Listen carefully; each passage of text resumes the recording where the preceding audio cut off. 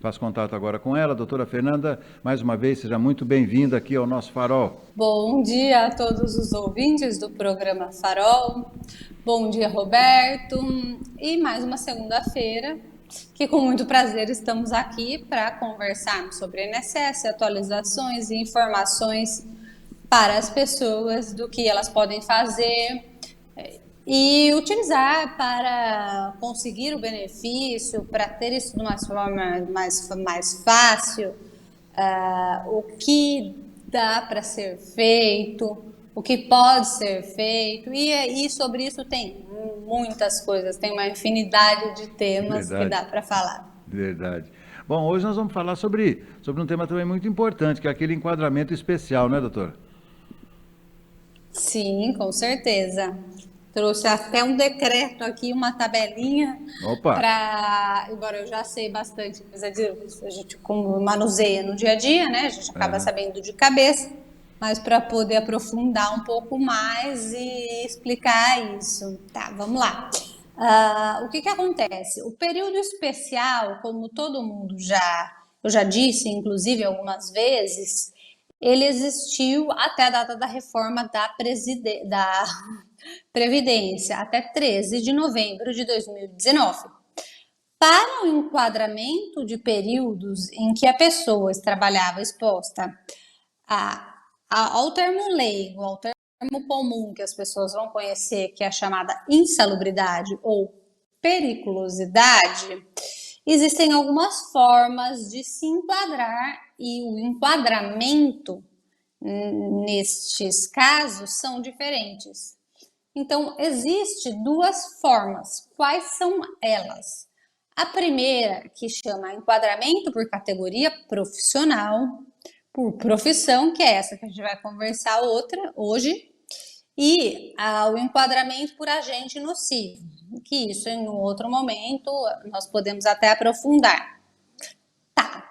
Então, por que que essas coisas são importantes? São importantes porque até 2019 a pessoa pode aumentar o tempo da sua contribuição, já que o homem que trabalha em período especial, ele ganha de acréscimo 40%, se multiplica o tempo trabalhado por 1,4 e a mulher 1,2, o que significa que vai aumentar o tempo de contribuição dele para a aposentadoria e, muito provavelmente, também refletir e aumentar no seu benefício.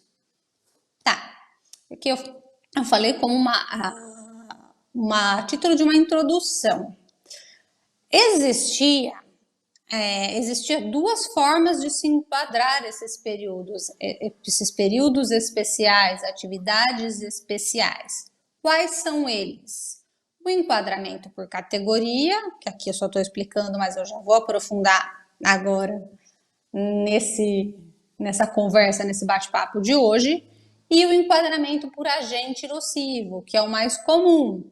Aquele por agente nocivo é em que o próprio agente ele vai fazer mal para a saúde da pessoa. Então, por exemplo, ruído, frio, calor, vírus, fungos, bactérias, enfim, vários outros agentes. Mas aqui é o agente específico.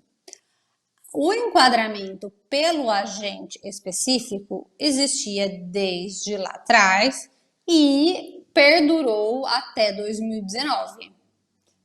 Tá, este é um ponto. Agora, o tema de hoje é o enquadramento por categoria, o enquadramento por profissão. Como que funciona? O enquadramento por profissão, ele existiu até 28 de abril de 1995. Então, nesta data, até 95, existiam duas formas de obter o período especial, o reconhecimento do período especial, de postular isso. Uma era o enquadramento por categoria e a outra o enquadramento pela exposição ao agente nocífico específico. E o que aconteceu? Depois de 95, para o INSS, e a Justiça tem divergência de datas, ela estende até um pouco mais, Mas, de uma forma mais objetiva para o INSS, o enquadramento por categoria se deu até apenas 95. Então, uma pessoa que trabalhava antes de 95, ela tinha duas formas de solicitar esse enquadramento ao período especial. Dois caminhos, duas vias. Um caminho era pela profissão, enquadramento pela categoria profissional, e o outro pelo agente nocivo. Depois de 95, extingue o enquadramento por categoria profissional e mantém-se, como era lá atrás e hoje ainda continua, hoje não, né, até 2019, continua apenas o enquadramento por agente nocivo. Então, isto que eu disse foi só para a pessoa começar a entender um efeito introdutório no assunto. Mas o que de fato isso melhora, isso implica na aposentadoria da pessoa, quais são os documentos que ela tem que utilizar para aprovar. O enquadramento por categoria profissional, que é esse que eu estou dizendo, que até 28 de abril de 1995, o que ele era? O que é isso, afinal, do que nós estamos falando? Se enquadrava o período especial, atividade especial, apenas por comprovar a profissão da pessoa. Profissões essas que estão estipuladas no decreto do INSS. Exemplos: médico, dentista, engenheiro, veterinário e etc. Aqui eu até leio todos eles que são enquadrados. E a pessoa, o engenheiro, a pessoa que tinha aquela profissão, ela não precisava enquadrar o agente que ela estava exposta, ela não precisava enquadrar o ruído, o médico não precisava comprovar vírus, fungos, bactérias, os agentes biológicos que ele estava exposto. Precisava sim enquadrar: eu sou da profissão X, eu sou da profissão tal, e esta profissão por categoria enquadra o período como especial. Para provar isto, a prova do enquadramento por categoria, o que a pessoa precisa? Precisa apenas que a profissão dela, né, a categoria dela, esteja na carteira de trabalho da pessoa. Então, ela precisa juntar a prova da carteira, que mostra a função, o trabalho dela, e comparar se aquele trabalho está regulamentado no INSS como enquadramento por categoria profissional. Ela não precisa comprovar o agente nocivo que ela estava exposta, ela precisa comprovar apenas a profissão pela carteira de trabalho. E muitas vezes, nesse caso também, para comprovar essa prova do trabalho, da categoria, da profissão, se utiliza o PPP, mas não é o PPP, aquele PPP do enquadramento por agente nocivo, em que ele é todo completo, que precisa vir os agentes nocivos, tudo que a pessoa estava exposta, que é o documento, o formulário fundamental para caracterização dos agentes nocivos. Aqui, quando se quiser utilizar o PPP também, além da carteira, porque a carteira é muito importante, além da carteira de trabalho, o PPP para essas atividades, ele pode ser utilizado como um título, como uma prova de que a pessoa trabalhava naquela função, mas nada mais do que isso. Então, ele não vai precisar ser preenchido com as mesmas formalidades, com o mesmo rigor de todas as regras do PPP para o enquadramento de agente nocivo. Porque aqui que eu estou dizendo é assim, o PPP, porque ele vai mostrar a data que a pessoa entrou, a data que a pessoa saiu e a profissão. Então, ele vai ser utilizado como um meio de prova para utilizar a profissão e o enquadramento por categoria. Então, a exigência deste PPP é diferente, é bem menor do que a exigência do PPP por agente nocivo. Que aí ele vai ter que, com o agente nocivo, terá que estar de acordo com a lei em cada um dos tópicos, em cada um dos campos dele. Então, resumindo, para a pessoa aprovar essa atividade por categoria, ela vai precisar, da carteira de trabalho dela e para provar, se ela tiver também, é bom ela juntar o PPP, porque vai como uma prova comprovar a função e a categoria dela, apenas nesse sentido, e se enquadrar em uma das legislações que previam à época. Quais são as que previam o enquadramento por categoria? Quando a gente fala enquadramento por categoria, o que nós estamos querendo dizer? Assim, basta comprovar que a pessoa, um exemplo, basta comprovar que a pessoa é médico, basta comprovar que é enfermeiro. Não precisa comprovar que o médico trabalhava com vírus, fungos, bactérias, que o enfermeiro, a mesma coisa. Apenas precisa comprovar que a pessoa está incluída no rol de categorias determinado pelo INSS através do decreto de 1964 e que ela se enquadra naquela profissão que era presumida uma nocividade. Esse é o conceito disso. Mas aqui são algumas alternativas de que a pessoa pode ganhar um tempo, aumentar um tempo de contribuição e isso refletir na sua aposentadoria de uma forma benéfica para ela aumentar o valor do benefício. Então, apenas só para clarear, tem duas formas de comprovar. De se enquadrar. Uma pela categoria profissional e a outra por agente nocivo. As duas conviviam ao mesmo tempo, a categoria e o agente nocivo. A categoria existiu até 1995, o enquadramento por categoria. O enquadramento por agente nocivo existiu durante o período de 95, em que daí o período do enquadramento por categoria foi extinto e manteve-se apenas o enquadramento por agente nocivo. Então, essa é a base, essa é a ideia.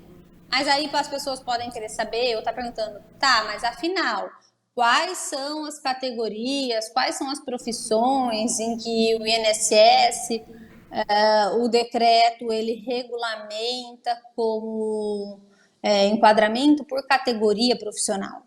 Então, vamos lá. Tá. Engenharia. Os engenheiros. Quais engenheiros? Engenheiro de construção, civil, de minas, de metalúrgicas, de eletricistas. Então, aqui, como eu disse, basta comprovar o trabalho dele, a profissão dele, juntar as provas, ele tem um enquadramento pela profissão e no anexo do INSS ele coloca até um código que quando se faz o requerimento peticionando ao INSS o enquadramento por categoria, se cita até o código, só para, por exemplo, entender. Nesse caso da engenharia, o código do INSS do decreto 2.1.1. Então, sempre vai ter um enquadramento, a profissão e se cita o código que está previsto no decreto do INSS, no anexo do decreto do INSS, a profissão regulamentada. Então, a primeira seria a engenharia química. Quais químicos? Químicos, toxicologistas, podologistas. Outra, medicina, odontologia, enfermagem. Então, os médicos, os dentistas, os enfermeiros. Magistério, professores. Agricultura, trabalhadores na agricultura. Caça, aí são mais diferentes, mas também estão previstos. Trabalhadores florestais, caçadores. Pesca, pescadores. Perfuração, construção civil e assemelhados. Escavações de superfícies, de poços. Trabalhos em túneis e galerias. Escavações de subsolos, túneis. Trabalhos em escavações a céu aberto, edifícios, barragens, pontes, trabalhadores em edifícios, barragens, pontes, torres. Em relação a transportes de comunicação, transporte aéreo, aeronautas, aeroviários, o serviço de pista e de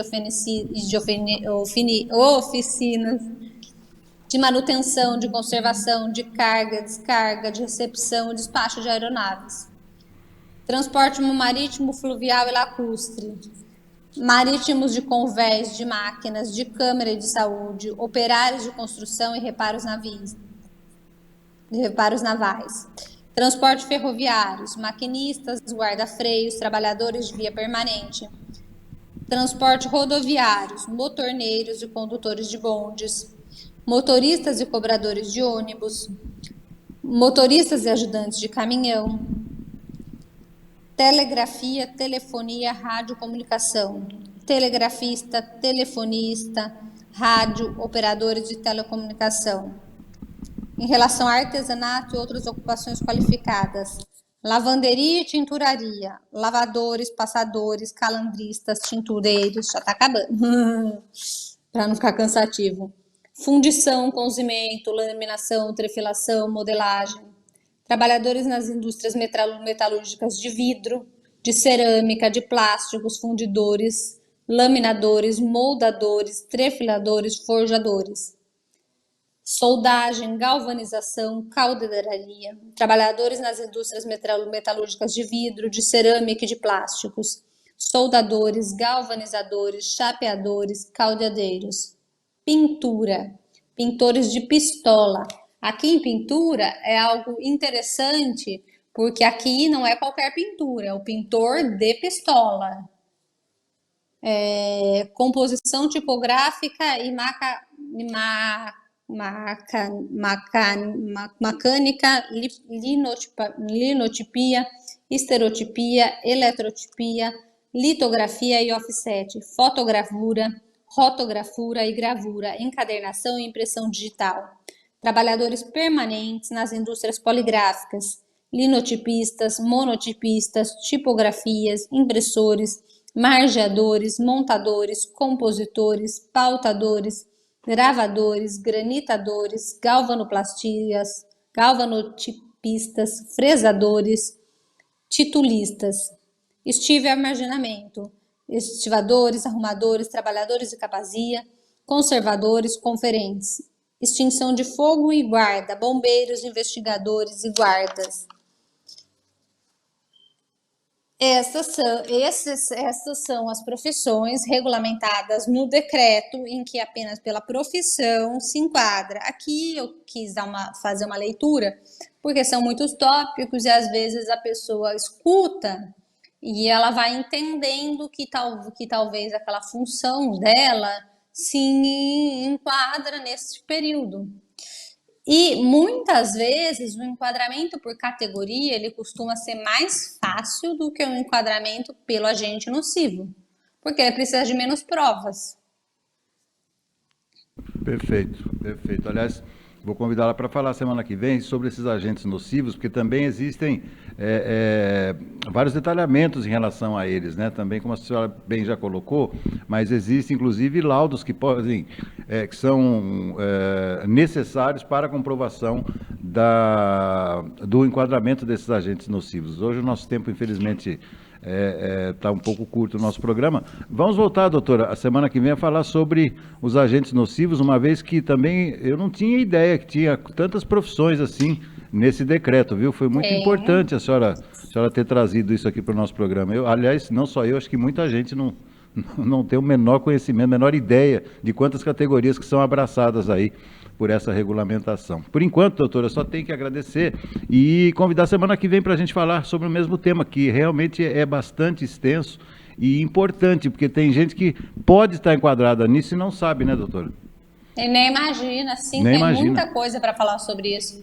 Além desses de profissão, o que tem muita matéria, muito destrinchamento, é o enquadramento também por agente nocivo. Exato, que dá para destrinchar os agentes, quais são as provas, alguns agentes que não estão nocivos ou por profissão que não estão no decreto, mas que podem ser enquadrados por analogia. Então, isso é um tema bem interessante porque ele é muito útil para as pessoas Sem e dúvida. tem muitas informações. Sem dúvida. Tá bom, voltaremos a falar na próxima segunda, então. Por enquanto, muitíssimo obrigado, doutora Fernanda, e a gente se vê a semana que vem, então. Tá ótimo, eu que agradeço. Até semana que vem, conversando sobre período especial e todos os seus destrinchamentos. Uhum. Uma ótima semana, uma ótima sequência de tarde. Todo mundo fique com Deus e um abençoado dia. Um abraço para todo mundo. Até Amém. mais. Amém para todos nós. Muito obrigado.